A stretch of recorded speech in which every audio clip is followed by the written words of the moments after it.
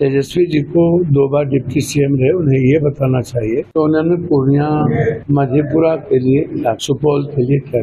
एक भाई का मर्डर हो गया, ससुर का मर्डर हो गया, पापा वाला हमको खुल के मदद कर रहा है, खुल के मदद कर रहा है, खुल के मदद कर रहा है।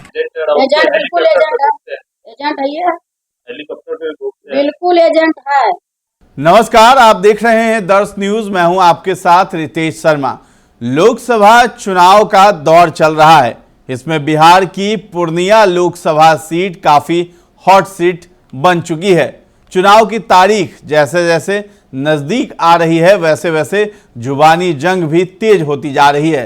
राजद प्रत्याशी है वहां से बीमा भारती। उन्होंने आरोप लगाया है कि पप्पू यादव वोटरों को धमका रहे हैं और वोट नहीं देने पर अंजाम भुगतने की धमकी भी दे रहे हैं। तेजस्वी यादव ने कल बयान दिया है कि पप्पू यादव को लेकर के बीजेपी के एजेंट बिल्कुल एजेंट है ये, हेलीकॉप्टर पे बिल्कुल एजेंट है। हम तो शुरू से ही बोल रहे हैं एनडीए को जिताने के लिए उतरे क्या है?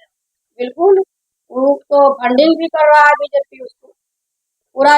तो जनता, वो पूर्णिया का जो लोकसभा का जनता है उसको सोचना होगा कि हम जो है इस तरह का जो अभी से वो इतना वोटर को धमका रहे हैं, इतना व्यवसायी को धमका रहे हैं, सभी लोग हमको फोन करके कह रहे हैं अभी इतना उसका रुतबा है तो जीतने के बाद क्या।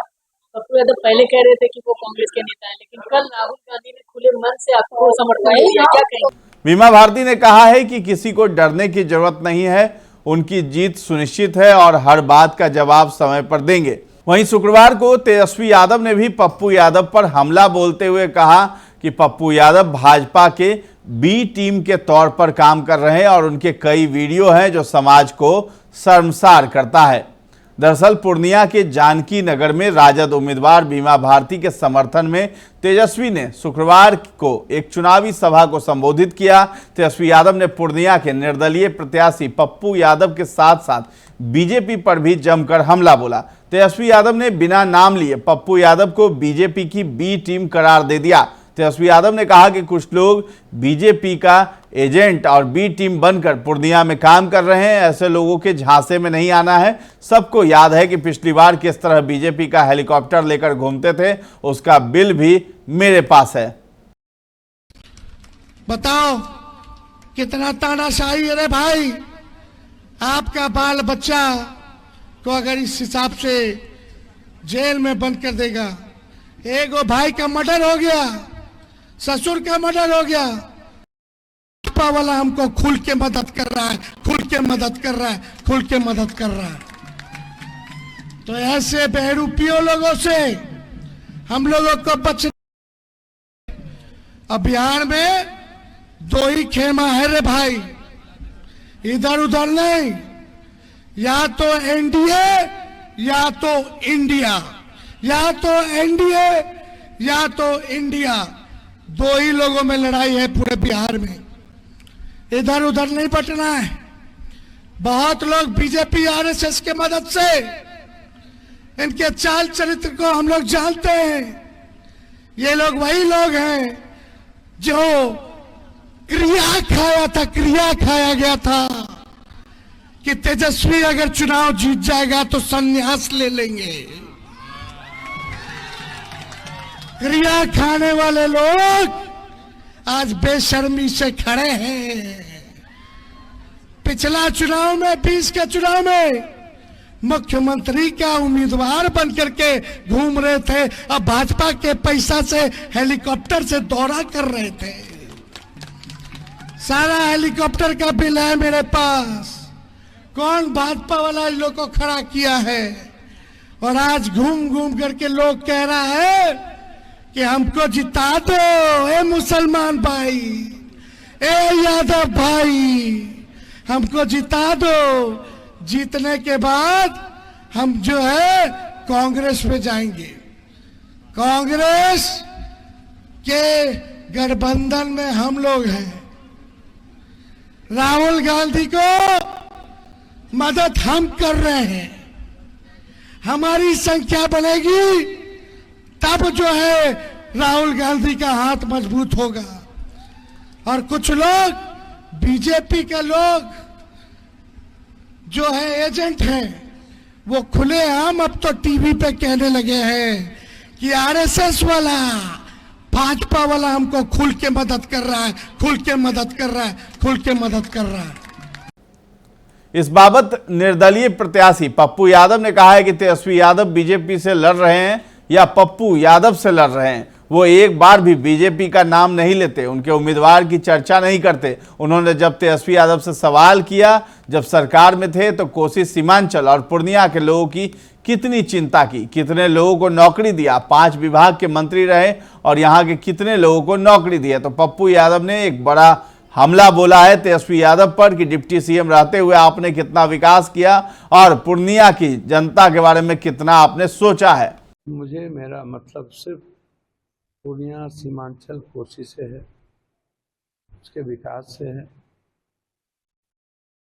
तेजस्वी जी को 2 बार डिप्टी सीएम रहे, उन्हें ये बताना चाहिए तो उन्होंने पूर्णिया मधेपुरा के लिए क्या किया, सुपौल के लिए क्या किया, उनकी कोई एक योगदान है या नहीं डेवलपमेंट, कोई एक नौकरी आप अपने विभाग में दिए, 5 विभाग आपका है तो उसमें आप बताना चाहिए आपको कितना नौकरी दी, उसमें 7 पूर्णिया के लोग हैं या नहीं हैं। उनको यह भी बताना चाहिए कि कोसी सीमांचल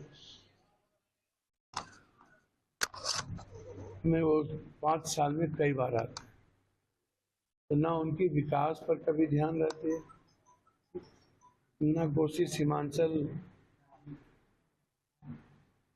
पूर्णिया में उनकी कोई भूमिका रहती है। वो सिर्फ पूर्णिया की जनता से इतना नफरत क्यों? यहाँ का चुनाव पप्पू यादव नहीं लड़े, मेरी औकात भी नहीं, यहाँ का चुनाव पूर्णिया की जनता। तो पप्पू यादव ने कहा कि तेजस्वी यादव को बताना चाहिए कि कोसी सीमांचल आने पर यहाँ की कितनी चिंता वो करते हैं। उन्होंने आरोप लगाया कि बंगाल में कांग्रेस और ममता दीदी दोनों चुनाव लड़ रहे हैं और इस तरह बाकी देश में कई जगह हैं, तो फिर पप्पू यादव को ही क्यों निशाना बनाया जाता है। बता दें कि पप्पू यादव पहले भी तेजस्वी यादव के खिलाफ मोर्चा खोल चुके हैं। पत्रकारों से बात करते हुए पप्पू यादव ने कहा कि हम उनसे पूछना चाहते हैं कि बंगाल में कांग्रेस और ममता दीदी आमने सामने चुनाव लड़ रही हैं और दोनों गठबंधन में भी हैं, तो किन को किसकी बी टीम कहेंगे। इसी प्रकार से सीपीआई नेता डी राजा की पत्नी वायनाड में राहुल गांधी जी के खिलाफ चुनाव लड़ रही है, लेकिन राहुल जी ने सीपीआई को बीजेपी की बी टीम कहा क्या।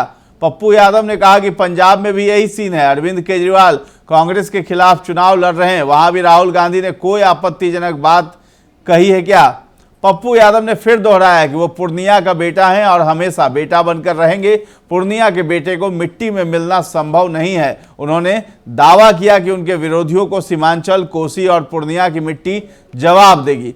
पत्रकारों ने उनसे पूछा कि कांग्रेस के नेता राजद के चुनाव प्रचार में नजर नहीं आ रहे। जवाब में पप्पू यादव ने कहा कि ये सवाल हम भी उनसे पूछना चाहते हैं।